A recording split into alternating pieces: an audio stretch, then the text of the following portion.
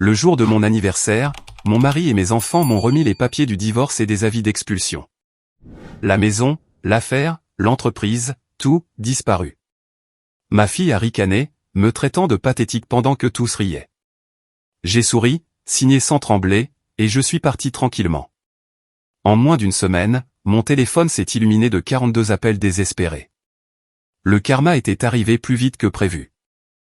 Elle pense vraiment que nous lui organisons une fête demain. Le rire de Sophia est monté par la bouche de chauffage depuis le bureau d'Elia, juste en dessous de notre chambre. J'ai pressé mon oreille plus près de la grille métallique. « Papa, es-tu sûr que l'avocat a dit que l'avis d'expulsion est légal ?» C'était la voix de Nathan, maintenant. « Nous avons tout prévu », a répondu Elia. « Le transfert de l'entreprise, l'acte de propriété de la maison, les papiers du divorce. Demain soir, ta mère ne possédera plus rien, à l'exception de cette vieille Honda qu'elle refuse de vendre. » Je suis resté figé sur le sol de notre chambre, mes genoux s'enfonçant dans la moquette pendant que ma famille discutait nonchalamment de ma suppression. Avant de continuer, je veux vous remercier d'être là. Si vous croyez que la trahison familiale mérite des conséquences, veuillez envisager de vous abonner. C'est gratuit et cela aide les autres à trouver ces histoires importantes. Maintenant, voyons ce que j'ai découvert.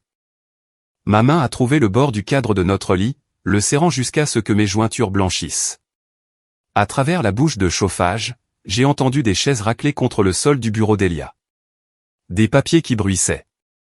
La voix de Nathan est remontée, clinique et détachée, de la manière dont il devait probablement parler au tribunal. Les documents de transfert sont blindés. Je les ai structurés de sorte qu'elle ne puisse pas prétendre à la coercition. Tant qu'elle signe de son plein gré, en pensant que c'est autre chose, nous sommes protégés. Et Patricia est prête à emménager ce week-end, a demandé Sophia. Il y avait dans sa voix un empressement qui m'a retourné l'estomac. Patricia Lawson. Le nom flottait dans notre cercle social depuis des mois, une veuve récente qui avait hérité de l'entreprise de fourniture de construction de son mari. Patricia comprend le calendrier, a dit Elia. Sa voix avait une chaleur que je ne lui avais pas entendue à mon égard depuis plus d'1 an. Elle a déjà déplacé certaines de ses affaires dans le garde-meuble du centre-ville. Une fois Abigail partie, nous pourrons prendre un nouveau départ. J'ai reculé à 4 pattes de la bouche de chauffage, mon mouvement silencieux sur la moquette épaisse que j'avais choisie spécifiquement pour ses qualités d'insonorisation. C'était ironique que mon choix de décoration me permette maintenant d'écouter ma propre chute. Me relevant sur des jambes tremblantes, je me suis dirigé vers la fenêtre de notre chambre et j'ai regardé le jardin où nous avions élevé nos enfants. La balançoire avait disparu depuis des années, remplacée par l'atelier d'Elia, mais je pouvais encore en voir le fantôme dans la parcelle d'herbe usée qui ne s'était jamais vraiment remise. La conversation en bas continuait, mais j'en avais assez entendu. Ma famille planifiait cela depuis des mois pendant que je m'assurais que leur vie se déroulait sans heurts. Rien que ce matin, j'avais déjà examiné 5 contrats pour l'entreprise de construction, confirmé les livraisons de matériaux de la semaine prochaine et équilibré les comptes que Nathan était censé gérer. Je me suis dirigé vers notre placard et j'ai descendu la petite valise de l'étagère supérieure, celle que j'utilisais pour les voyages d'affaires d'une nuit. Mes mains bougeaient automatiquement, pliant des vêtements, sélectionnant des objets qui dataient d'avant mon mariage. Le collier de perles que ma mère m'avait offert pour mon diplôme de fin de lycée, la montre que je m'étais achetée avec mon premier salaire, l'album photo de l'université avant qu'Elia n'existe dans mon monde. En bas, j'ai entendu la porte du bureau s'ouvrir. Des bruits de pas se sont dispersés dans la maison. Le pas lourd d'Elia s'est dirigé vers la cuisine. Les pas plus légers de Nathan se sont dirigés vers la porte d'entrée, il partait probablement pour son appartement du centre-ville, celui pour lequel j'avais co-signé quand son crédit n'était pas suffisant. Les talons de Sophia ont cliqueté en direction du garage où se trouvait sa BMW, la voiture que nous lui avions offerte pour l'obtention de son master. J'ai remis la valise dans le placard et je suis descendu les escaliers avec une normalité exercée. Elia se tenait au comptoir de la cuisine, versant du café dans sa tasse préférée, celle avec la fêlure que Nathan lui avait offerte des années auparavant. Il a levé les yeux quand je suis entré, et pendant un instant, j'ai vu une lueur de quelque chose. De la culpabilité ? De l'anticipation ? C'est passé trop vite pour que je puisse l'identifier. Des projets pour ce matin, ai-je demandé en sortant ma propre tasse du placard. Juste un peu de paperasse au bureau. Il n'a pas croisé mon regard. Demain est un grand jour. Ton anniversaire. Les mots flottaient entre nous comme un pistolet chargé sur la table. 60 ans. J'ai ajouté de la crème à mon café, la regardant tourbillonner et disparaître dans l'obscurité. Je suppose que ça vaut la peine d'être célébré. Nous avons prévu quelque chose de spécial. Son sourire n'atteignait pas ses yeux. Cela n'était pas arrivé depuis des mois. Je me suis alors rendu compte, quand avais-je cessé de le remarquer? La matinée s'était tirée avec sa routine habituelle, mais tout semblait différent maintenant. J'ai conduit jusqu'à l'entrepôt de notre entreprise de construction où Carlos m'a accueilli avec son expression habituellement inquiète concernant les écarts d'inventaire. 3 palettes de parquet en chêne de première qualité avaient disparu de notre système. 2 livraisons de marbre avaient été redirigées sans autorisation. Les caméras de sécurité étaient mystérieusement tombées en panne les nuits exactes où ces changements s'étaient produits. Madame B, a dit Carlos en baissant la voix. Quelque chose ne va pas ici. Ce ne sont pas des accidents ou des bugs informatiques. J'ai tapoté son épaule, cet homme loyal qui travaillait pour nous depuis le début. Je sais, Carlos. Ne t'inquiète pas pour ça. Documente simplement tout avec soin. Il a hoché la tête, la confusion claire sur son visage. Il ne comprenait pas pourquoi je n'étais pas plus contrarié. Comment pouvais-je expliquer que du parquet volé était le cadet de mes soucis alors que ma vie entière était systématiquement démantelée par les personnes en qui j'avais le plus confiance? Le reste de la journée s'est déroulé dans un brouillard surréaliste. J'ai assisté à des réunions, signé des bons de commande et résolu des problèmes comme si tout était normal. Mais en dessous, mon esprit s'emballait, planifiait, se préparait. Chaque interaction avec Nathan ressemblait à du théâtre. Il est passé au bureau pour discuter des problèmes de logiciel avec l'inventaire, son visage un masque de préoccupation professionnelle tout en sachant qu'il avait orchestré toute la situation. Sophia a appelé pour confirmer le dîner de famille du dimanche, sa voix enjouée et fausse. Nous fêterons ton anniversaire comme il se doit alors, maman. Juste la famille, comme tu préfères. J'ai accepté, adoptant le même ton, toutes les deux jouant nos rôles dans cette tromperie élaborée. Ce soir-là, je préparais le dîner dans la cuisine pendant qu'Elia travaillait dans son bureau en bas. À travers la bouche de chauffage, je pouvais l'entendre au téléphone, probablement avec Patricia, sa voix basse et intime. Demain, il prévoyait de me signifier les papiers à ce que je devais croire être ma célébration d'anniversaire. Demain, il me regarderait renoncer à tout ce que j'avais passé 32 ans à construire. Mais ce soir, je cuisinais dans ma cuisine le plat préféré d'Elia une dernière fois, mes mouvements calmes et précis. Ils me croyaient inconsciente, contente de ma routine, aveugle à leur machination. Qu'ils le pensent. Demain viendrait assez vite, et avec lui, des surprises qu'ils n'avaient jamais anticipées. Mon téléphone était posé sur le comptoir avec 3 numéros déjà programmés, attendant les conséquences du lendemain. Margaret Winters, comptable judiciaire. James Ashford, avocat d'affaires. L'inspecteur Riley Morrison, qui avait encore des questions sur la mort de mon partenaire commercial 8 ans plus tôt. J'ai souri en dressant les assiettes, un sourire sincère pour la première fois de la journée. Ils pensaient que demain était leur finale soigneusement orchestrée. Ils n'avaient aucune idée que ce n'était en fait que le début. Le matin est arrivé avec Elia debout à mon chevet, tenant une tasse de café fumante et arborant une expression que je n'avais pas vue depuis la remise de diplôme de Nathan au lycée. Ses mains tremblaient légèrement alors qu'il posait la tasse sur ma table de nuit, le liquide se balançant dangereusement près du bord. Joyeux anniversaire, chérie. Mais ta robe bleue aujourd'hui, celle de notre dîner d'anniversaire de l'année dernière. Sa voix avait une formalité étrange, comme s'il lisait un script qu'il avait mal mémorisé. Nous avons prévu quelque chose de spécial pour toi en bas. La robe bleue était suspendue dans notre placard, l'étiquette encore attachée. Je l'avais achetée pour notre anniversaire, mais nous n'étions jamais allés dîner. Elia avait prétexté une urgence sur un chantier cette nuit-là, bien que j'ai plus tard trouvé le reçu d'un restaurant du centre-ville dans la poche de sa veste. Table pour 2. J'ai enfilé la robe maintenant, son tissu de soie frais contre ma peau, et j'ai remarqué comment Elia me regardait depuis le seuil de la porte, son pied tapant contre le parquet dans un rythme nerveux que je reconnaissais après 32 ans de mariage. Descendre nos escaliers me semblait différent ce matin. Les photos de famille habituelles le long du mur semblaient observer ma descente avec des yeux complices. En bas, le salon avait été réaménagé. Nos meubles étaient poussés contre les murs, créant un espace ouvert au centre où notre table basse en acajou trônait comme un autel. La lumière du matin qui filtrait par les fenêtres illuminait un épais dossier manille placé précisément au centre.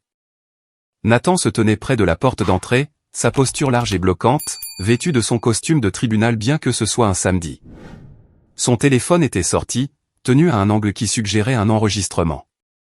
Sophia s'était positionnée près du couloir menant au garage, son propre téléphone levé, un petit sourire jouant sur ses lèvres. Il formait un triangle avec Elia au sommet, et je me tenais au centre, encerclé.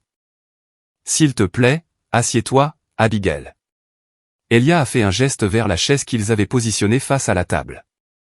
Pas ma place habituelle où je m'étais assise pour des milliers de cafés matinaux, mais une chaise de cuisine amenée spécifiquement pour ce moment. Le bois semblait froid à travers la robe de soie. Nathan s'est raclé la gorge et s'est avancé, sa voix d'avocat remplaçant toute trace du fils qui m'appelait autrefois pour des conseils pendant ses études de droit. « Maman, nous devons discuter de certains changements dans la structure familiale et les arrangements commerciaux. Ce que nous présentons aujourd'hui est le résultat d'une réflexion approfondie et de consultations juridiques. » Le dossier s'est ouvert sous les doigts d'Elia, révélant des documents marqués d'onglets jaunes indiquant les lignes de signature. Tant d'onglets. Une vie entière d'onglets.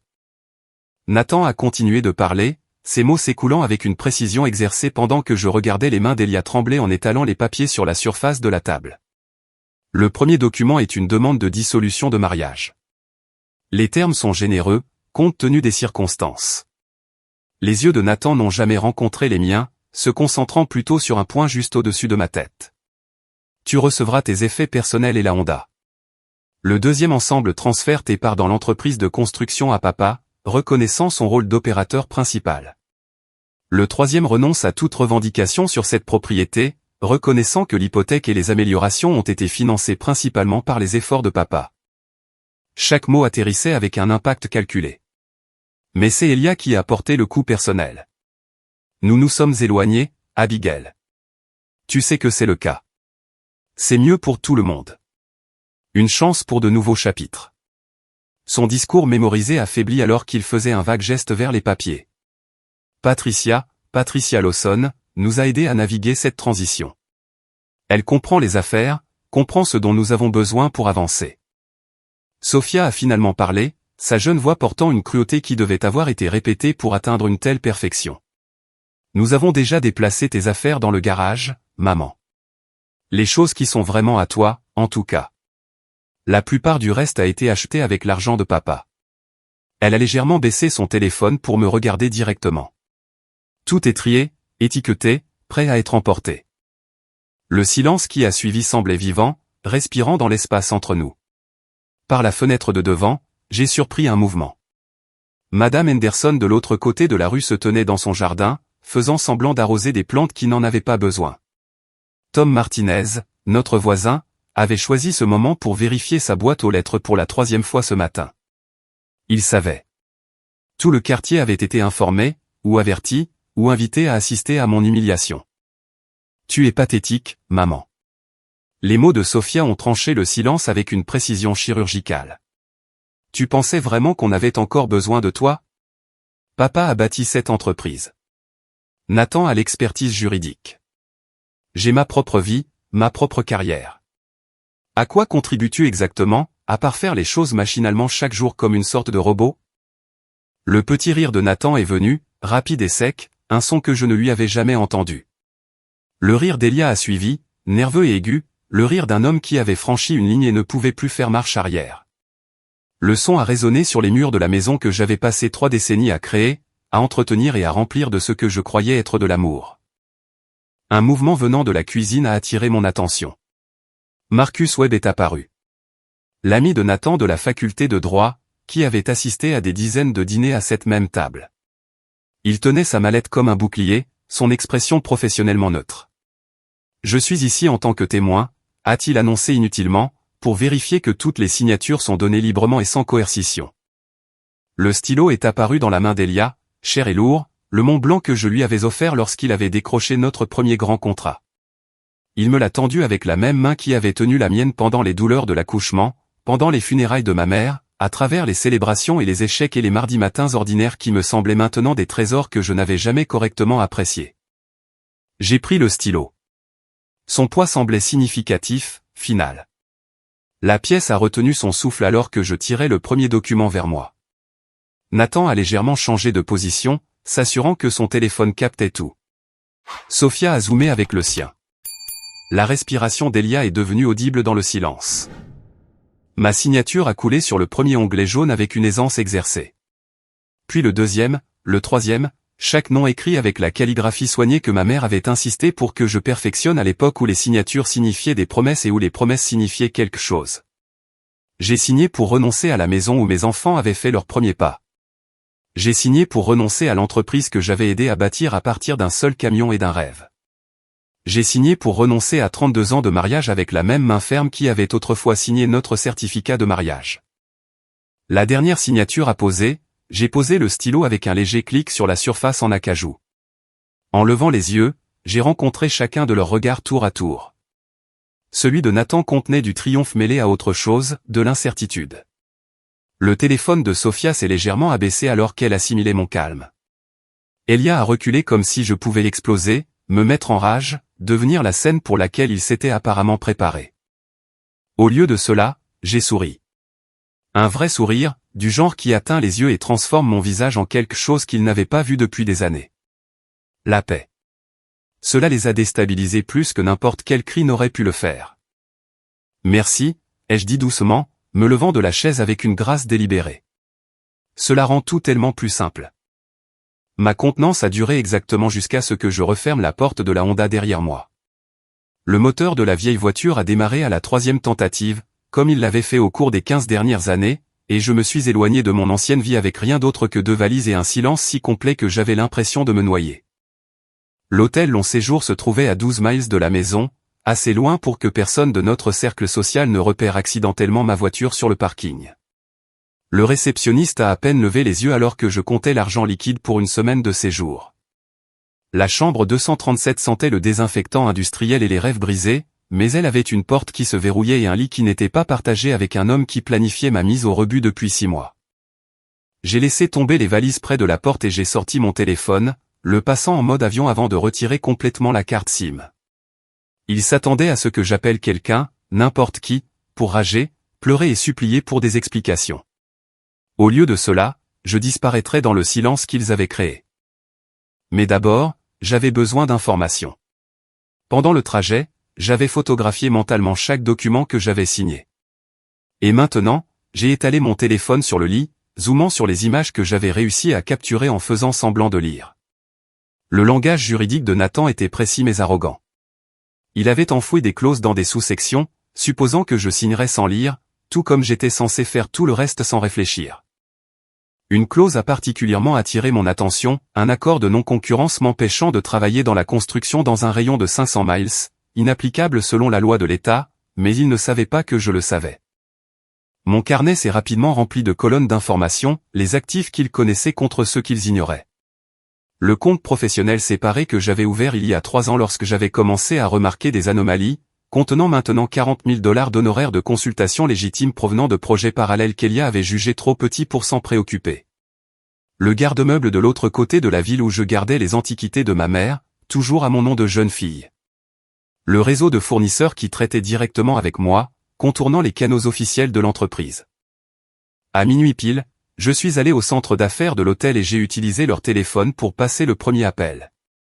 Margaret Winters a répondu à la 2e sonnerie, sa voix alerte malgré l'heure tardive. Nous avions été colocataires à l'université d'État, toutes 2 étudiant le commerce à une époque où les femmes étaient encore des curiosités dans ces salles de classe. Elle était devenue comptable judiciaire, spécialisée dans les cas de divorce, trouvant des actifs cachés avec la détermination d'un limier. Abigail, ce numéro n'est pas le tien. Sa voix s'est aiguisée d'inquiétude. J'ai besoin de ton expertise, Margaret. Confidentiellement. Pouvons-nous nous voir demain? Où et quand? Pas de questions sur la raison pour laquelle j'appelais d'un numéro inconnu à minuit. Pas d'expression de surprise. Margaret avait géré assez de divorces sordides pour reconnaître le son d'une femme en crise. Le 2e appel a nécessité une approche plus délicate. James Ashford avait bâti son cabinet d'avocats sur le contentieux des sociétés. Mais il y a 4 ans, j'avais aidé sa fille, Rebecca, à échapper à un mariage abusif en la cachant dans notre maison d'amis pendant 3 semaines pendant que James organisait des ordonnances de protection. Il avait essayé de me payer, avait essayé d'exprimer sa gratitude de manière qui comptait pour des hommes comme lui. Mais je lui avais simplement dit qu'un jour, j'aurais peut-être besoin d'une faveur. James, c'est Abigail Brennan. Je fais appel à cette faveur. Sa pause a duré 3 secondes. Je vais libérer ma matinée. Mon entrée de bureau privé, 7 heures précises. Le 3e appel a fait trembler légèrement mes mains. L'inspecteur Riley Morrison avait enquêté sur la mort de mon partenaire commercial, Robert Lawson, 8 ans auparavant. Crise cardiaque à 52 ans, avait statué le coroner, bien que Robert ait passé un examen physique complet le mois précédent. Sa veuve, Patricia, avait hérité de ses parts dans notre plus grand concurrent, puis les avait vendues 6 mois plus tard pour le triple de leur valeur lorsque l'entreprise avait mystérieusement obtenu 3 contrats gouvernementaux que Robert avait poursuivis. Inspecteur Morrison, ici Abigail Brennan. J'ai des informations sur Robert Lawson qui pourraient vous intéresser. Cette affaire est classée depuis 8 ans, Madame Brennan. Elle ne sera plus classée après que vous ayez entendu ce que j'ai appris sur le précédent mari de Patricia Lawson, celui qui est mort 5 ans avant Robert. Le silence s'est étiré assez longtemps pour que je me demande s'il avait raccroché. Puis, pouvez-vous venir au commissariat demain après-midi? Apportez tout ce que vous avez. À l'aube, mon téléphone avait accumulé 17 appels manqués bien qu'il soit éteint. L'ordinateur du centre d'affaires de l'hôtel affichait 53 courriels dans le nouveau compte que j'avais créé. Plusieurs provenaient de Carlos, mon responsable d'entrepôt, chacun plus urgent que le précédent.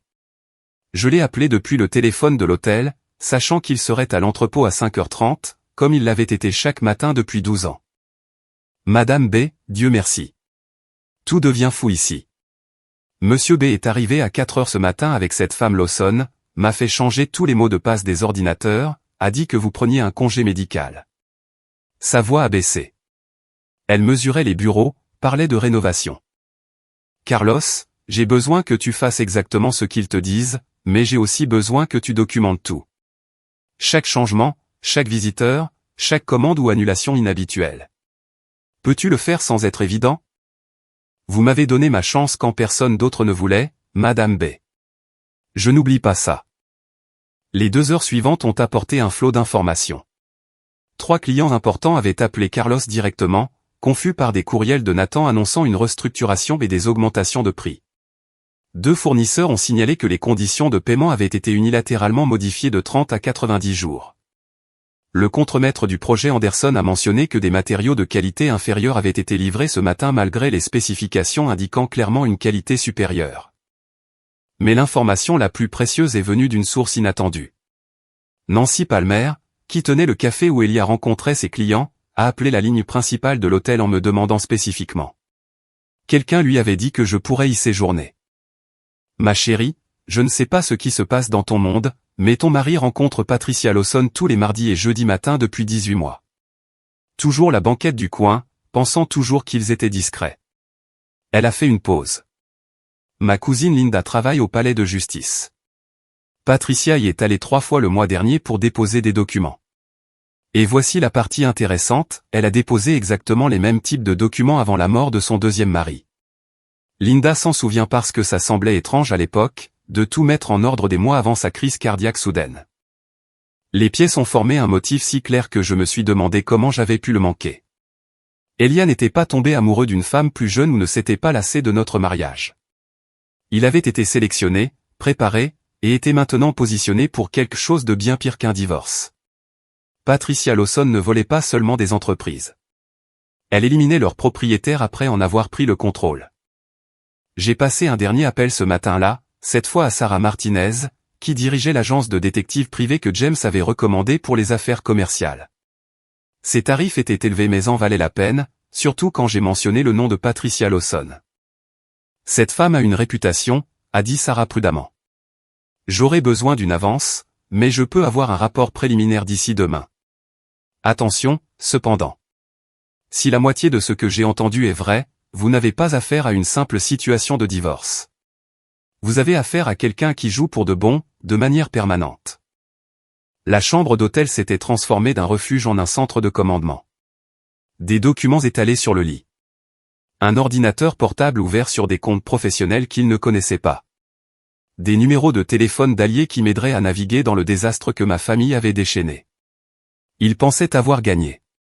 pensant que je m'effondrerais en rien pendant qu'ils célébraient leur liberté. Ils n'avaient aucune idée de ce qu'ils avaient réellement fait. Ils m'avaient libéré, moi aussi. Margaret Winters est arrivée à la chambre d'hôtel à 7 heures le lendemain matin, transportant 2 ordinateurs portables et une boîte de dossiers qui a fait gémir le bureau quand elle l'a posé. Son expression est passée d'une préoccupation professionnelle à une alarme sincère quand elle a vu les documents que j'avais photographiés étalés sur le lit, chacun marqué de notes autocollantes détaillant les clauses cachées et les implications. 3 ans, a-t-elle dit après 90 minutes d'analyse, ses doigts volant sur les touches de la calculatrice. Il saigne l'entreprise depuis 3 ans, Abigail. Les schémas sont clairs une fois qu'on sait quoi chercher. Elle a affiché des feuilles de calcul sur son ordinateur portable, les chiffres formant une histoire de vol systématique. Des fonds détournés par de faux paiements de fournisseurs. Des dépenses légitimes gonflées de 30%, l'excédent étant acheminé vers des comptes aux îles Caïmans. Des matériaux de construction achetés mais jamais livrés, leur coût passé en perte. Le total m'a retourné l'estomac. Entre 1 200 000 et 2 millions de dollars volés méthodiquement pendant que je me concentrais sur les opérations quotidiennes. La signature numérique de Nathan apparaît sur chaque document frauduleux, a poursuivi Margaret en soulignant des transactions spécifiques. Il a utilisé la crédibilité de son cabinet d'avocats pour autoriser des transferts qui ne passeraient jamais un véritable audit. Et ici, regarde ça. Elle a montré une série de ventes d'équipements datant de 6 mois. Ta fille a vendu 3 excavatrices et une grue par l'intermédiaire d'un tiers. L'équipement a été vendu pour la moitié de sa valeur marchande, et l'acheteur était une société écran qui menait à une galerie d'art. Sa galerie. La galerie que Sophia avait ouverte l'année dernière, celle que nous avions célébrée avec du champagne et des photos de parents fiers. Chaque vernissage, chaque exposition, financée par du matériel volé de l'entreprise que son grand-père avait démarré avec ses propres mains et un seul camion. La découverte la plus accablante de Margaret est venue de la comparaison des dates. Le nom de Patricia Lawson apparaît sur les cartes de signature de vos comptes professionnels 2 semaines avant ton anniversaire, avant que les papiers du divorce ne soient déposés. Ils étaient si confiants que tu signerais qu'ils avaient déjà commencé le processus de transfert. Mon téléphone a vibré avec un texto de Carlos. Besoin de parler en personne. Urgent. Je l'ai retrouvé dans un restaurant à 5 miles de l'entrepôt, choisissant une banquette d'où je pouvais surveiller la porte. Carlos est arrivé les ragards, se glissant sur le siège en face de moi avec des mouvements qui suggéraient qu'il avait regardé par-dessus son épaule. Madame B, je suis resté tard hier soir en faisant semblant de faire l'inventaire. Vers 21 heures, votre mari est arrivé avec cette femme Lawson. Il ne savait pas que j'étais dans la zone de stockage supérieure. Il a sorti son téléphone, glissant vers une application d'enregistrement vocal. J'ai enregistré ça. L'audio était étouffé mais assez clair. La voix d'Elia, une fois le divorce finalisé, nous pourrons commencer à liquider les actifs de manière plus agressive. Puis Patricia, son ton froid et professionnel, le calendrier est crucial. Nous devons l'écarter complètement de toute position de décision. Si elle essaie d'interférer, nous nous en occuperons. J'ai déjà géré des obstacles. Il y a plus, a chuchoté Carlos. J'ai vérifié le système de sécurité ce matin. Quelqu'un a supprimé les enregistrements de 3 nuits spécifiques au cours du dernier mois, mais il ne connaissait pas le disque de sauvegarde que j'ai installé dans le plafond. J'ai tout. Les enregistrements qu'il avait sauvegardés sur une clé USB montraient Elia et Patricia photographiant des listes d'inventaire, des contrats clients et des accords fournisseurs. Dans une image, Patricia était au téléphone tout en montrant notre base de données clients sur l'écran de l'ordinateur. L'horodatage indiquait 2h47 du matin, 3 semaines avant mon anniversaire. Ils ont prévu de vider l'entreprise et de la vendre morceau par morceau, a dit Carlos. Je l'ai entendu mentionner des acheteurs de Phoenix qui prendraient les contrats, mais pas les employés. Tout le monde serait licencié. L'appel de l'inspecteur Morrison est arrivé alors que je retournais à l'hôtel. Pouvez-vous me rejoindre au commissariat maintenant? Ce que j'ai trouvé, nous devons en discuter immédiatement. Son bureau n'avait pas changé en 8 ans, toujours encombré de dossiers et de tasses à café qui ressemblaient à des expériences scientifiques. Mais son expression était différente, plus vive, plus concentrée que lorsqu'il avait enquêté sur la mort de Robert. Le premier mari de Patricia Lawson est mort d'une crise cardiaque à 48 ans. Son deuxième, Robert, a 52. Tous deux ont été incinérés dans les 48 heures, ce qui est inhabituel, mais pas illégal. Mais voici ce que nous avons manqué la première fois. Il a étalé des photos sur son bureau. Les deux hommes ont augmenté leur police d'assurance vie 6 mois avant leur mort. Les deux ont désigné Patricia comme bénéficiaire, et les deux ont eu les mêmes symptômes dans leurs dernières semaines, fatigue, essoufflement, douleur thoracique, des signes classiques d'empoisonnement à la digitaline, qui imitent les symptômes d'une crise cardiaque. Il a affiché un autre document sur son ordinateur. Votre mari a augmenté sa police d'assurance vie le mois dernier. 2 millions de dollars.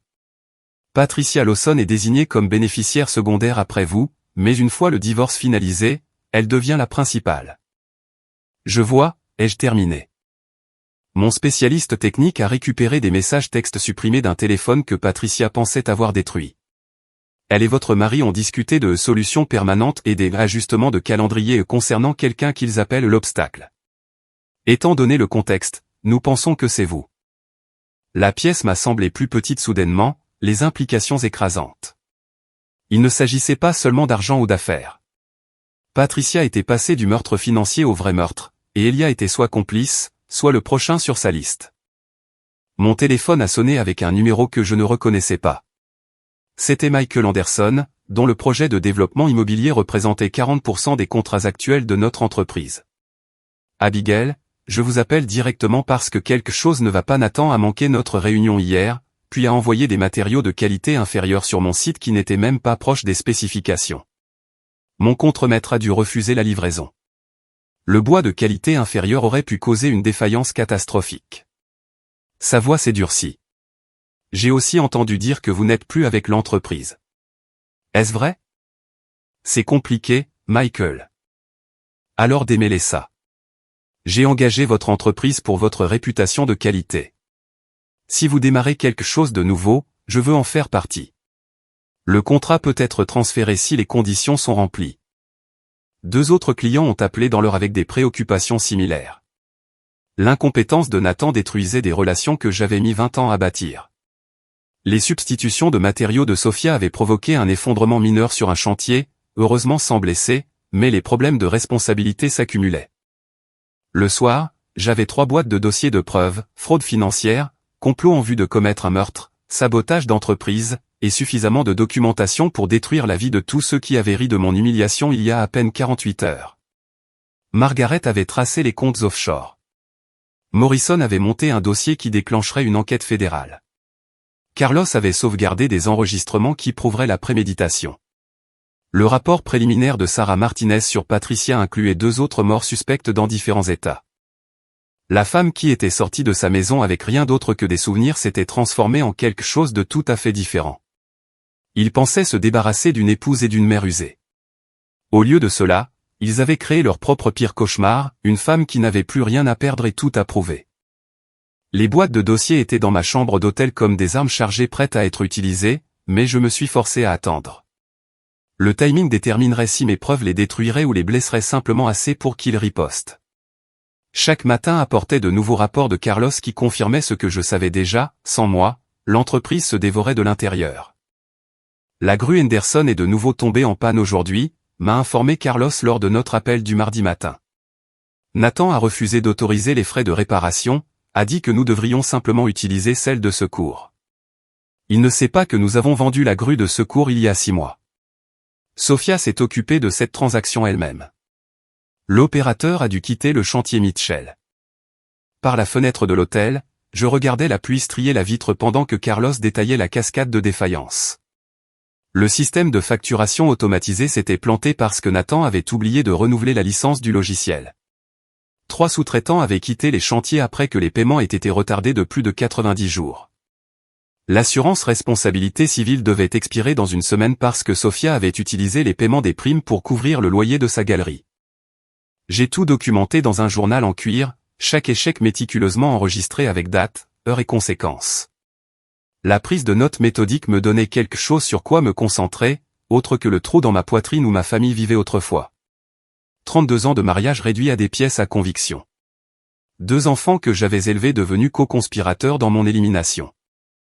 On a frappé à ma porte à 15 heures cet après-midi-là, un coup doux mais persistant. À travers le Judas, j'ai vu Rebecca Thompson, ma mentor d'il y a 20 ans, lorsque j'avais fait mes premiers pas dans l'industrie de la construction. Elle se tenait dans le couloir, vêtue d'un manteau trempé par la pluie et avec une expression de préoccupation déterminée. « Abigail, ouvre la porte. Je sais que tu es là, et nous devons parler. » Rebecca est entrée dans ma chambre sans jugement, examinant les boîtes de preuves et le mur de documents avec l'œil exercé de quelqu'un qui avait bâti un empire à partir de pires circonstances. Elle avait démarré Thomson Construction avec un seul camion après son propre divorce, en faisant la plus grande entreprise de 3 États. Les nouvelles vont vite dans notre secteur, a-t-elle dit en s'installant dans la chaise inconfortable de l'hôtel comme si c'était un trône. Nathan Brennan m'a appelé hier pour essayer de me voler mes contrats. Le garçon pensait vraiment que brandir le nom de son père signifierait quelque chose. Je lui ai dit, je ne travaille qu'avec des professionnels qui connaissent la différence entre une barre d'armature et le regret. Malgré tout, j'ai presque souri à cela. Je suis ici avec une offre, Abigail. Pas de la charité, des affaires. J'ai besoin de quelqu'un qui comprend le contrôle qualité, les relations clients et la gestion de projet. Quelqu'un qui peut prendre en charge notre division commerciale pendant que je me concentre sur les contrats gouvernementaux. Elle a sorti un dossier de sa mallette. Parcours complet vers l'association, bureau d'angle dans l'immeuble Méridien. Et voici la partie intéressante, il surplombe ton ancien siège. Tu pourras les regarder échouer pendant que tu reconstruis. Le salaire qu'elle a proposé était le double de ce que j'avais jamais tiré de ma propre entreprise. Les avantages comprenaient des choses que je ne m'étais jamais permises, une allocation de voiture, un compte de dépenses, une participation aux bénéfices qui signifiait vraiment quelque chose. Mais c'est la liste des projets qui m'a coupé le souffle. Tous les clients qui m'avaient appelé au sujet de l'incompétence de Nathan se renseignaient déjà pour transférer leur contrat à Thomson Construction. Quand aurais-tu besoin d'une réponse? Prends ton temps. 1 semaine, peut-être 2. Cependant, je devrais mentionner que le projet Anderson demande spécifiquement ta participation. Apparemment, il y a eu un incident avec des matériaux de qualité inférieure qui a failli provoquer un effondrement structurel. Après le départ de Rebecca, j'avais besoin de faire des courses et d'acheter des produits de première nécessité. Les prix de la supérette de l'hôtel étaient astronomiques, et je vivais de café de distributeur automatique depuis trop longtemps. Le supermarché sur Riverside Drive était assez loin de nos lieux habituels pour que je me sente à l'abri des rencontres inattendues. Je comparais les prix des pâtes quand une main a saisi mon bras. Elia se tenait là, son visage hagard, ses cheveux habituellement parfaits en désordre. L'homme confiant qui avait orchestré mon éviction avait l'air désespéré, plus petit en quelque sorte. « Abigail, nous devons parler. Tu ne comprends pas ce qui se passe. » Patricia, elle n'est pas ce que je pensais. Un mouvement à l'extérieur a attiré mon attention. Patricia Lawson était assise dans sa Mercedes, moteur en marche, nous observant à travers la vitre du magasin. L'homme à la place du passager était inconnu, au cou épais et alerte, ses yeux suivant notre interaction avec un intérêt professionnel. « Lâche mon bras, Elia. » Ma voix avait assez de volume pour que les clients à proximité se retournent. « S'il te plaît, juste 5 minutes. Tu es en danger. » Nous sommes tous les deux en danger. Elle a déjà fait ça. Je me suis dégagé et j'ai marché rapidement vers le café d'un accent grave côté, sortant mon téléphone en me déplaçant. Le café était bondé, plein de témoins, et avait une sortie arrière par la cuisine si nécessaire. L'inspecteur Morrison a répondu immédiatement. Patricia Lawson est au Riverside Market avec un homme inconnu, peut-être armé. Elia vient de m'approcher. Il semble paniqué. Restez dans les lieux publics.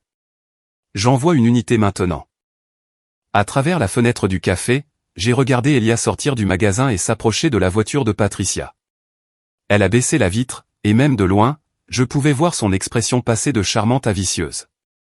Elia a reculé, les mains levées en signe de défense. L'homme inconnu est sorti de la voiture, se dirigeant vers Elia avec une intimidation délibérée. Puis, des sirènes de police ont retenti au loin, et Patricia et son compagnon sont rapidement retournés à la Mercedes et sont partis. Morrison a rappelé 1 heure plus tard. Nous les avons manqués, mais nous avons vérifié les plaques de sa voiture. Elle était à la bibliothèque universitaire ce matin, consultant des revues médicales, spécifiquement des articles sur les toxines végétales qui imitent les symptômes cardiaques. Elle passe à la vitesse supérieure. Cette nuit-là, je me suis assise entourée de 12 enveloppes manilles, chacune étiquetée avec une destination différente. L'IRS recevrait la documentation sur la fraude fiscale. Le procureur général de l'État recevrait les preuves de détournement de fonds. Le Conseil de la construction apprendrait les violations de sécurité et les matériaux de qualité inférieure.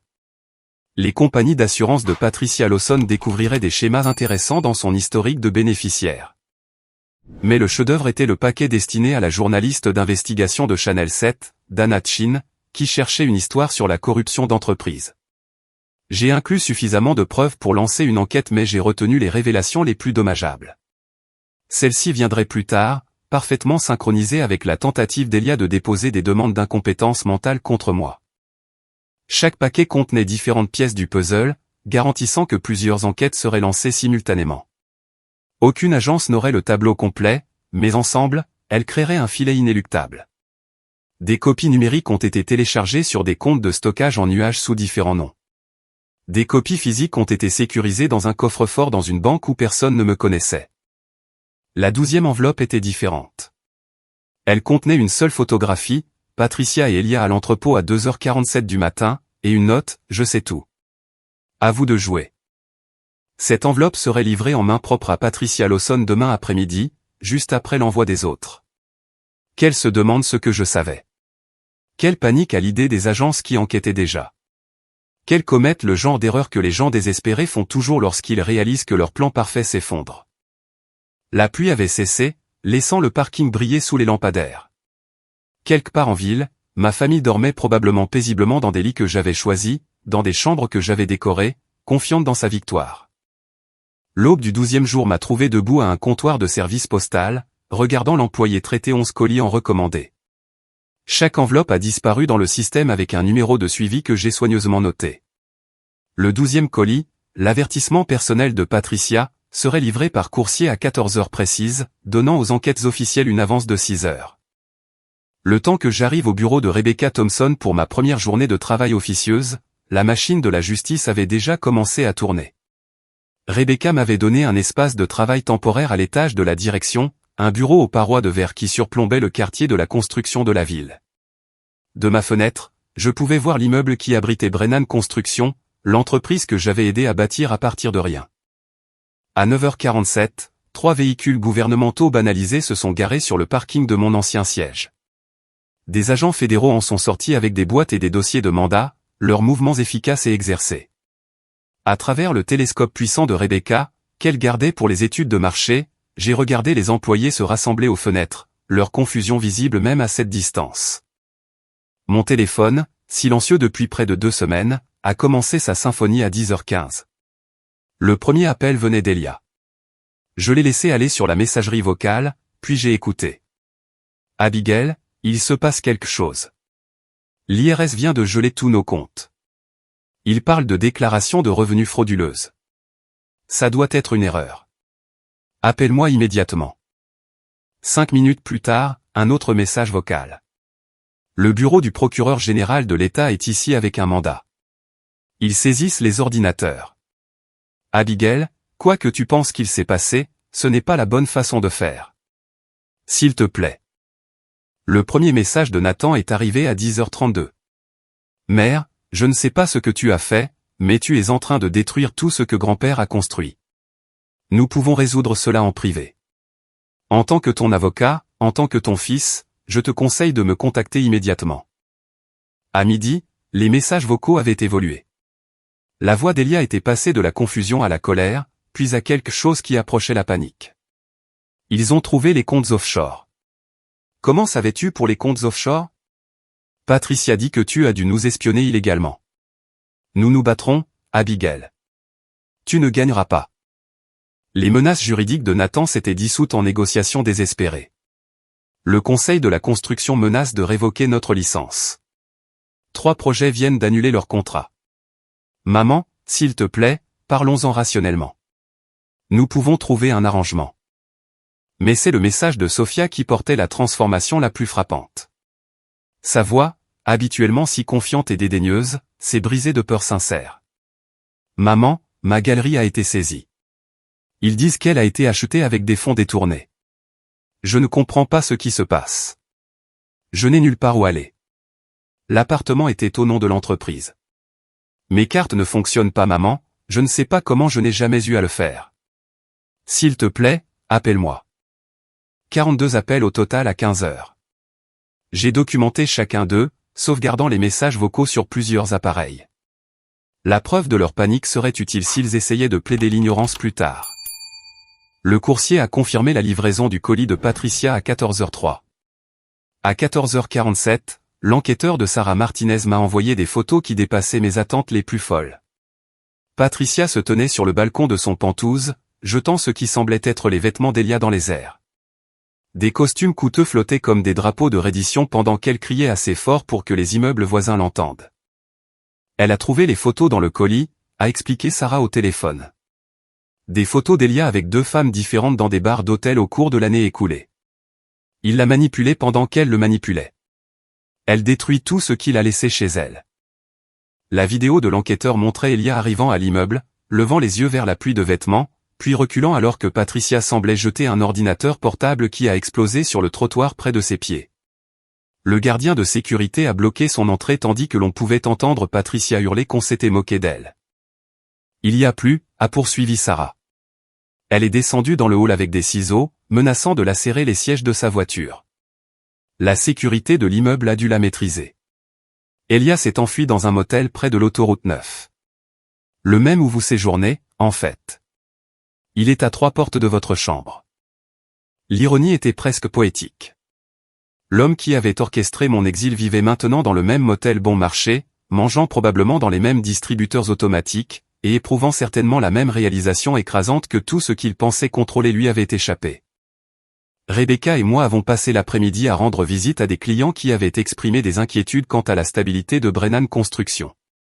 La réunion Anderson a été particulièrement satisfaisante.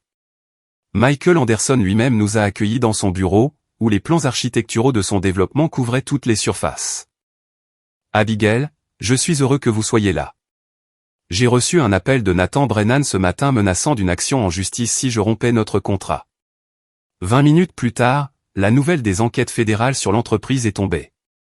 Je veux que Thomson Construction prenne le relais immédiatement, avec vous supervisant personnellement le projet. Nous avons rendu visite à 6 clients ce jour-là. Chacun d'eux a signé des accords de transfert, déplaçant leur contrat vers Thomson Construction. La valeur combinée dépassait 8 millions de dollars, soit plus que le chiffre d'affaires annuel total de Brennan Construction de l'année précédente. Carlos a appelé alors que nous retournions au bureau. Madame B, c'est le chaos ici. 17 ouvriers ont déjà démissionné. Les autres mettent à jour leur CV. Nathan a essayé de diriger une réunion sur la sécurité mais ne connaissait pas les protocoles de base. Quelqu'un a appelé l'OSHA au sujet des violations. Ils viennent lundi. Carlos, Thomson Construction a besoin d'un responsable d'entrepôt expérimenté. Même équipe, meilleur salaire, vraie norme de sécurité. Intéressé? Son soulagement était audible.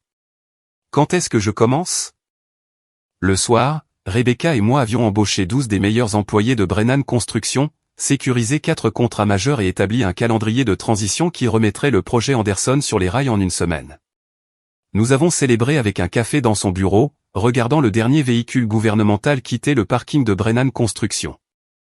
Tu sais ce qu'il y a de beau là-dedans, a dit Rebecca, étudiant le bâtiment à travers son télescope. Tu ne les as pas détruits. Tu t'es juste retiré de l'équation et tu les as laissés révéler qui ils étaient vraiment. La fraude, le vol, l'incompétence, tout était toujours là.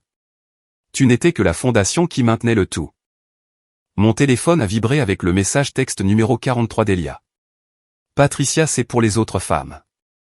Elle menace d'aller à la police pour quelque chose. Je ne sais pas ce que tu as commencé, mais ça détruit tout.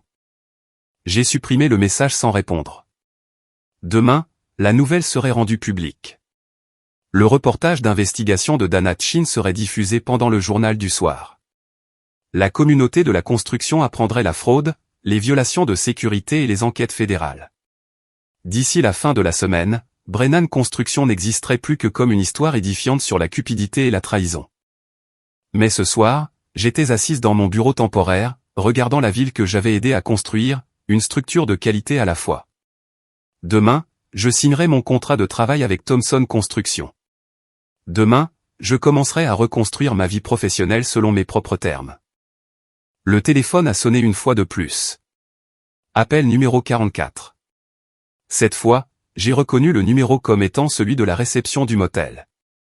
Elia essayait probablement de me joindre par leur téléphone puisque je ne répondais pas à ses appels.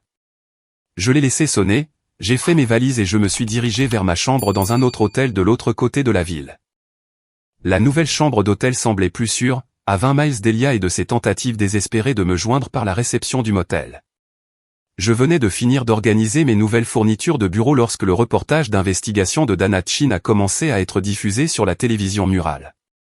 Son expression sérieuse remplissait l'écran alors qu'elle se tenait devant le siège de Brennan Construction, le bâtiment ayant l'air abandonné malgré le milieu de la journée de travail. Ce soir, nous enquêtons sur l'effondrement soudain de l'une des entreprises de construction les plus fiables de la région suite à des descentes fédérales et de multiples arrestations, a annoncé Dana. Derrière elle, des ouvriers retiraient les lettres de bronze et plans Brennan de la façade du bâtiment, chaque lettre tombant dans la benne d'un camion avec un bruit sourd. Mon téléphone a vibré avec un texto de l'inspecteur Morrison. Passe sur Channel 5 à la place. Tu voudras voir ça en direct. J'ai changé de chaîne pour trouver une couverture d'actualité en direct. Des agents fédéraux escortaient Elia hors du motel de l'autoroute 9, menotté, la tête baissée, son costume coûteux remplacé par les vêtements froissés qu'il portait depuis des jours. L'horodatage indiquait 18h47, exactement 3 semaines après mon embuscade d'anniversaire. La voix du journaliste couvrait les images. Elia Brennan, fondateur de Brennan Construction, arrêté pour évasion fiscale, fraude et complot. La scène a changé pour le cabinet d'avocats de Nathan en centre-ville. À travers les portes vitrées, on pouvait voir des agents emporter des boîtes tandis que Nathan se tenait figé à la réception, ses collègues s'écartant comme si ses ennuis judiciaires pouvaient être contagieux. Son arrestation a eu lieu sous les yeux des associés principaux qui avaient autrefois loué son efficacité impitoyable. Ils l'ont fait sortir par l'entrée principale, s'assurant que tout le monde voit la chute publique du Golden Boy. L'arrestation de Sophia a été plus discrète, mais non moins complète. La galerie qu'elle avait tant aimée était entourée de rubans jaunes, les vitrines qu'elle avait passé des semaines à arranger maintenant bloquées par des avis de saisie fédérale. Les agents l'ont trouvée assise dans l'arrière-boutique, entourée d'œuvres qu'elle ne pouvait plus vendre d'une entreprise qui n'existait plus. Le journaliste a noté qu'elle était partie tranquillement, apparemment en état de choc. L'arrestation de Patricia Lawson a fourni le point culminant dramatique de la soirée. Des hélicoptères de presse tournaient autour de son pantouse pendant que les agents tentaient d'entrer. On pouvait l'entendre crier à propos de ses droits, de complot, d'avoir été piégé. Les images la montraient traîner dehors, toujours en talons de créateur et en robe de chambre de soie, ses cheveux parfaitement coiffés enfin en désordre. Le journaliste a mentionné que des accusations supplémentaires étaient en préparation concernant la mort de 2 maris précédents. Morrison a appelé alors que la couverture médiatique continuait. Pouvez-vous venir au poste demain matin? Il y a des choses que vous devez savoir sur ce que nous avons trouvé. Le lendemain matin, le bureau de Morrison semblait différent. L'épuisement dans ses yeux avait été remplacé par une satisfaction sinistre. Il a étalé des dossiers sur son bureau, chacun étiqueté avec des noms que je reconnaissais. Les messages textes que nous avons récupérés sont accablants. Patricia et Elia ont longuement discuté de votre élimination. L'embuscade d'anniversaire était censée vous déstabiliser, vous rendre vulnérable. Patricia s'était procuré de la digitaline auprès d'un contact au Mexique. Le plan était d'attendre 3 mois, puis de vous inviter pour un dîner de réconciliation. Mon estomac s'est noué, mais Morrison a continué. Voici la partie ironique. Patricia planifiait simultanément la mort d'Elia pour environ 8 mois plus tard. Elle avait déjà rédigé des documents transférant ses actifs à son nom. Votre mari pensait être le prédateur, mais il a toujours été sa proie. Il m'a montré un message de Patricia à un numéro inconnu, est plus facile à gérer que prévu. Une fois à régler, il nous faudra 6 à 8 mois avant sa crise cardiaque. Les contrats de construction seuls valent 8 millions. Votre départ a tout perturbé, a expliqué Morrison. Sans vous à blâmer pour l'effondrement de l'entreprise, Patricia ne pouvait pas se positionner comme la sauveuse d'Elia. Quand l'enquête a commencé, elle a paniqué, a agi trop vite, a fait des erreurs. Votre silence vous a sauvé la vie et probablement la sienne aussi. Je suis retourné au bureau de Thomson Construction pour trouver mon espace de travail permanent prêt. Le bureau d'angle que Rebecca avait promis surplombait tout le quartier de la construction. À travers les fenêtres du sol au plafond, j'ai regardé un avis de saisie être affiché sur la maison que j'avais conçue avec tant d'espoir des décennies auparavant. Les ouvriers l'ont fait avec douceur, comme s'ils comprenaient le poids de ce qu'ils affichaient. Tout au long de la journée, d'anciens employés de Brennan Construction sont passés pour me remercier de les avoir embauchés chez Thomson. Carlos avait amené toute son équipe d'entrepôt. Le contremaître du projet Anderson avait convaincu ses meilleures équipes de faire le changement. Même la réceptionniste, Maria, qui travaillait chez Brennan depuis 15 ans, était maintenant assise à la réception de Thomson. « Vous nous avez donné de la dignité dans cette transition », a dit Maria, les larmes aux yeux. « Vous auriez pu nous laisser tous couler avec eux, mais vous ne l'avez pas fait. » Le courrier est arrivé à 15 heures avec 3 lettres transférées de l'hôtel. L'écriture de Nathan sur la première enveloppe était tremblante, l'écriture juridique confiante remplacée par des gribouillages désespérés. Sa note était brève, « Maman, j'ai besoin d'argent pour la cantine. Il menace de me retirer ma licence d'avocat. Je sais que je n'ai aucun droit de demander, mais je ne sais pas vers qui d'autre me tourner. Les autres détenus ont découvert que je suis avocat. Ce n'est pas sur ici. » La lettre de Sophia faisait 3 pages, son écriture artistique exiguë et tachée de larmes. « Je n'ai jamais rien appris de réel, maman. Tu as essayé de m'apprendre, mais je me croyais au-dessus de tout ça. Je pensais que l'argent serait toujours là. Je ne sais même pas faire du café correctement. Le foyer de transition me fait faire la vaisselle, et je ne sais même pas comment faire ça correctement. J'ai 26 ans et je repars de zéro. » Le message d'Elia est arrivé par l'intermédiaire de son avocat commis d'office, tapé sur du papier à en-tête officielle. « Madame Brennan, mon client maintient que Patricia Lawson a manipulé toute la situation. Il déclare qu'il a été contraint aux procédures de divorce et n'était pas au courant des éléments criminels impliqués. Il souhaite discuter de la possibilité d'un témoignage de moralité concernant ses années en tant que citoyen respectueux des lois. J'ai créé un nouveau dossier dans mon classeur, l'étiquetant « cadeau d'anniversaire » au marqueur permanent. Chaque lettre y a été placée, non par cruauté, mais comme preuve des conséquences. Il m'avait donné des papiers de divorce pour mon 60e anniversaire. L'univers leur avait rendu l'appareil avec des mandats d'arrêt pour les leurs. Ce soir-là, je me tenais dans mon nouveau bureau alors que le soleil se couchait sur la ville. L'enseigne de Brennan Construction avait complètement disparu maintenant, ne laissant que des lettres fantômes sur la façade du bâtiment où des décennies de temps avaient laissé leur marque. Demain, la démolition commencerait à l'intérieur, le dénudant pour de nouveaux locataires. Rebecca m'a rejoint à la fenêtre, me tendant une tasse de thé. Des regrets. J'ai réfléchi à la question, regardant la dernière lumière s'estomper de mon ancienne vie. Ils m'ont appris quelque chose de précieux. Parfois, la meilleure vengeance n'est pas de détruire ceux qui vous ont fait du mal. C'est de prendre du recul et de les laisser se détruire eux-mêmes pendant que vous construisez quelque chose de meilleur à partir de leurs cendres. Les informations locales passaient sur la télévision du bureau, montrant à nouveau les images des 4 arrestations. Le journaliste a mentionné que des accusations supplémentaires étaient déposées chaque jour à mesure que de nouvelles preuves apparaissaient. Le Conseil de l'industrie de la construction avait révoqué de manière permanente la licence de Brennan Construction. L'IRS avait saisi tous les actifs en attendant l'enquête. Patricia Lawson faisait l'objet d'une enquête pour 2 autres décès suspects dans d'autres États. La justice était arrivée exactement 3 semaines après mon anniversaire, portant des menottes et des mandats fédéraux. 6 mois avaient tout transformé, sauf le lever du soleil. Je me tenais à la fenêtre de mon nouvel appartement, regardant le même soleil peindre le même ciel, mais tout ce qui l'illuminait avait changé. Le café dans ma main provenait d'une machine que j'avais choisie, préparée exactement comme je le préférais sans tenir compte du goût de quiconque. La tasse, une pièce en céramique faite à la main par un artiste local, n'avait pas d'histoire, pas de mémoire, pas de fantôme de temps meilleur en temps son bord. L'appartement lui-même était plus petit que la maison, mais chaque mètre carré m'appartenait entièrement. Les meubles ne racontaient aucune histoire de compromis. Le fauteuil de lecture en cuir près de la fenêtre avait attiré mon attention lors d'une vente de succession, et je l'avais acheté sans demander la permission ni vérifier les comptes joints. La table de la salle à manger pouvait accueillir 4 personnes au lieu de 8, fabriquée à partir de pain recyclé par un artisan qui comprenait que les imperfections pouvaient être belles. Au-dessus étaient accrochées des photographies des 6 derniers mois. Carlos et sa famille à un barbecue. Rebecca et moi signant des contrats. La cérémonie d'achèvement du projet Anderson où Michael Anderson m'avait publiquement crédité d'avoir sauvé son développement. Mon téléphone a sonné, c'était Margaret Winters qui appelait pour confirmer nos plans pour le déjeuner. Elle était devenue une présence régulière dans ma nouvelle vie. Notre amitié universitaire, ravivée par la crise et renforcée par la survie. Nous nous voyons chaque semaine maintenant, deux femmes qui avaient appris que recommencer à 60 ans n'était pas un prix de consolation, mais un cadeau inattendu. La cérémonie d'association chez Thomson Construction était prévue pour cet après-midi. Rebecca avait insisté pour la rendre formelle, invitant clients et leaders de l'industrie à assister à la transition d'employés à partenaire égal.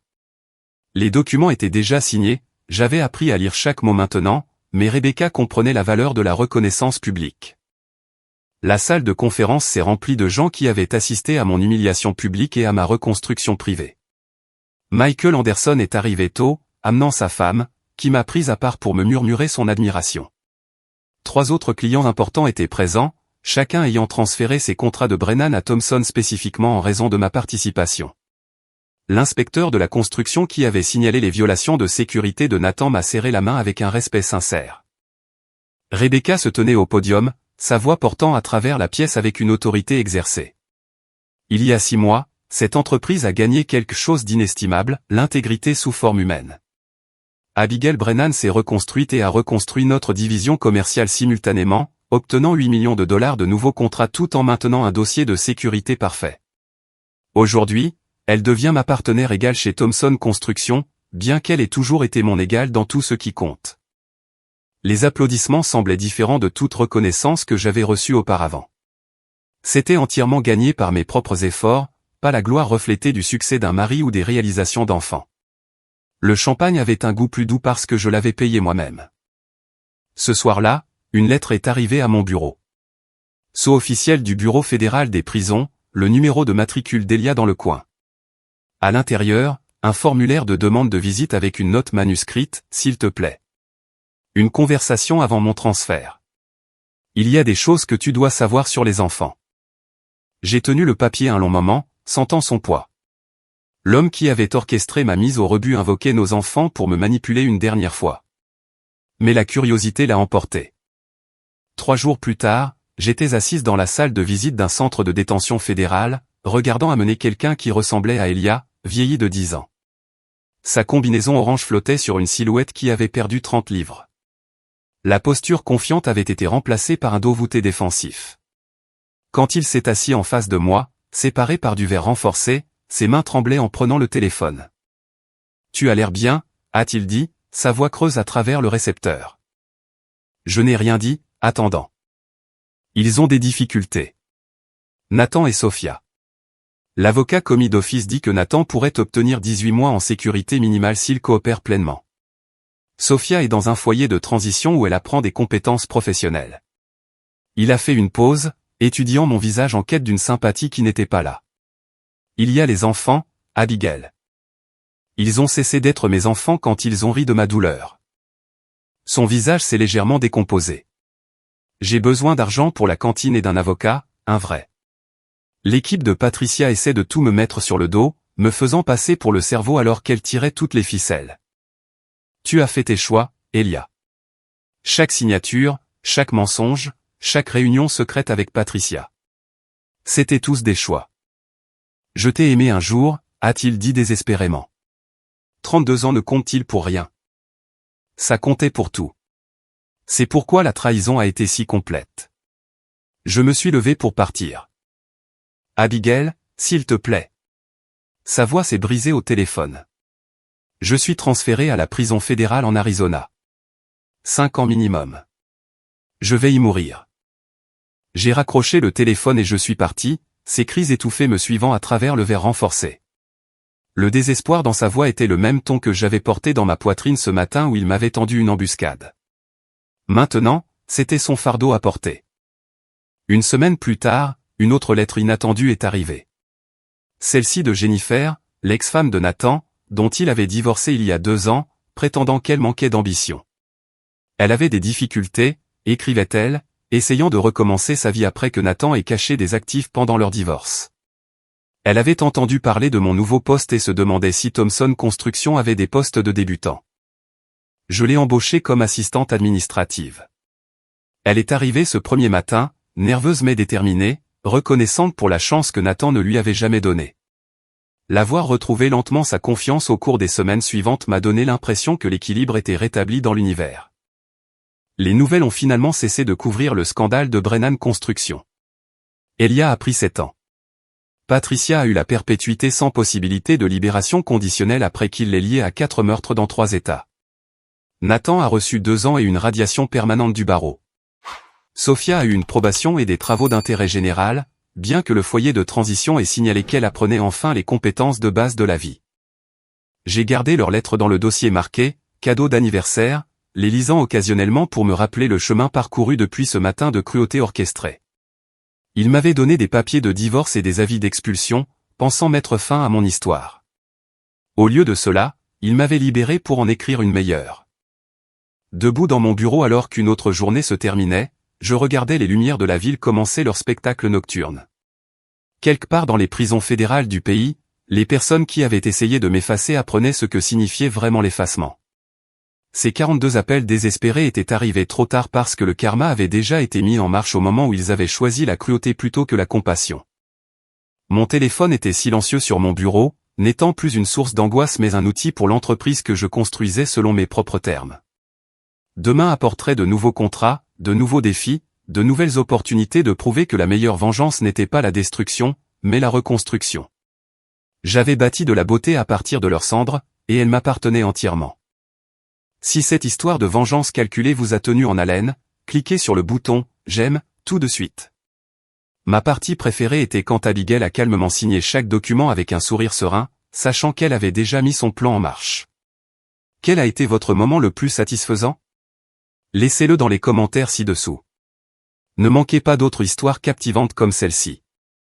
Abonnez-vous et cliquez sur la cloche de notification pour ne jamais manquer une publication.